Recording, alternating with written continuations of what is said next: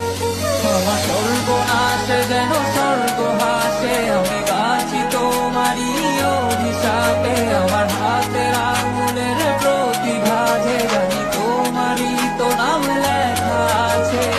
তোর জীবনে তো আমি আর না, অশ্রু ভাসি আমি কান্না।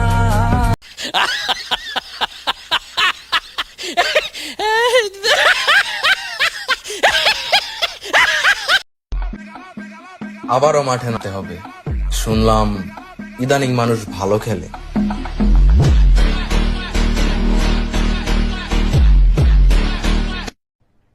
अरे कहना क्या चाहते हो?